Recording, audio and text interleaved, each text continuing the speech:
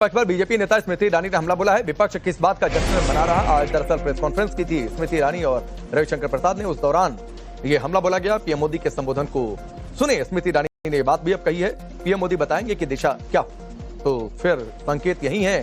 ये हैं स्मृति ईरानी जी। मैम, जिस तरीके से ये बिल गिरा उसके बाद में भारतीय जनता पार्टी की महिला सांसद थी वो तो जाकर प्रदर्शन कर रही थी, लेकिन जो विपक्ष था वो जश्न मना रहा था। इस तरीके से बोल रहा था कि किस बात का जश्न मना रहा है कि देश की साधारण औरतों की महत्वाकांक्षा का उन्होंने हनन किया, हत्या की, इस बात का जश्न मना रहा है।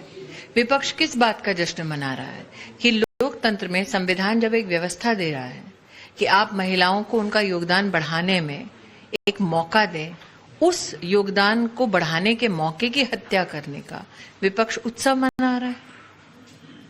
लेकिन विपक्ष सीधे तौर पर यह कह रहा है कि हम महिला आरक्षण बिल के खिलाफ नहीं है। सरकार जो है उसकी मंशा, क्या मंशा? सरकार की मंशा स्पष्ट थी कि आरक्षण को 2029 में लागू करो, और कोई मंशा नहीं थी। तो विपक्ष ने उसी मंशा के विरुद्ध जाके कल वोट किया है। ये मुगालते मत रही है कि विपक्ष नहीं है खिलाफ, बिल्कुल खिलाफ है। सरकार क्या प्रस्ताव लेके आई थी वो स्पष्ट था। देश का बच्चा बच्चा जानता है साहब। नहीं, वो ये कह रहे हैं कि हम उसके विरोध में नहीं थे, हम इसके विरोध में थे कि ये जो डिलिमिटेशन करने वाले इनकी मंशा सही नहीं है। ना, एक सेकेंड, 2023 के बिल में तो डिलिमिटेशन का उल्लेख है जिसका उन्होंने समर्थन किया था। तो 2023 में डिलिमिटेशन का आप समर्थन कर रहे हैं, 2026 में आप समर्थन वापस ले रहे हैं। ये कैसा खेल है भाई? तो ये क्यों हुआ, ये क्यों विरोध किया? ये तो आप उनसे पूछे ना जो कह रहे हैं 98 साल पहले हमने सपना देखा था। वो तो अभी भी सपनों की राजनीति कर रहे हैं। हकीकत ये है कि प्रस्ताव कल था और उस प्रस्ताव को विपक्ष ने एकजुट होकर पारित नहीं होने दिया। मोदी की हार नहीं है ये।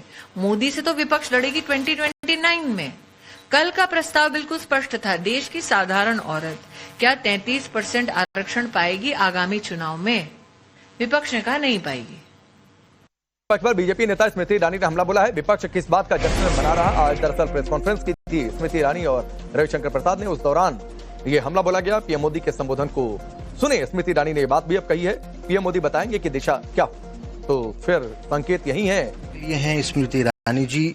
मैम, जिस तरीके से ये बिल गिरा उसके बाद में भारतीय जनता पार्टी की महिला सांसद थी वो तो जाकर प्रदर्शन कर रही थी, लेकिन जो विपक्ष था वो जश्न मना रहा था। इस तरीके से बोल रहा था कि किस बात का जश्न मना रहा है कि देश की साधारण औरतों की महत्वाकांक्षा का उन्होंने हनन किया, हत्या की, इस बात का जश्न मना रहा है। विपक्ष किस बात का जश्न मना रहा है कि लोकतंत्र में संविधान जब एक व्यवस्था दे रहा है कि आप महिलाओं को उनका योगदान बढ़ाने में एक मौका दें, उस योगदान को बढ़ाने के मौके की हत्या करने का विपक्ष उत्सव मना रहा है।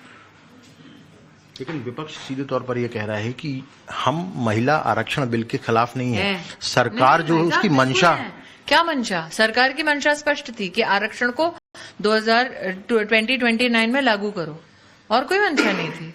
तो विपक्ष ने उसी मंशा के विरुद्ध जाके कल वोट किया है। ये मुगालते मत रही है कि विपक्ष नहीं है खिलाफ, बिल्कुल खिलाफ है। सरकार क्या प्रस्ताव लेके आई थी वो स्पष्ट था। देश का बच्चा बच्चा जानता है साहब। नहीं, वो ये कह रहे हैं कि हम उसके विरोध में नहीं थे, हम इसके विरोध में थे कि ये जो डिलिमिटेशन करने वाले इनकी मंशा सही नहीं है। ना, एक सेकेंड, 2023 के बिल में तो डिलिमिटेशन का उल्लेख है जिसका उन्होंने समर्थन किया था। तो 2023 में डिलिमिटेशन का आप समर्थन कर रहे हैं, 2026 में आप समर्थन वापस ले रहे हैं। ये कैसा खेल है भाई?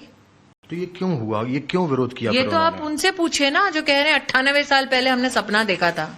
वो तो अभी भी सपनों की राजनीति कर रहे हैं।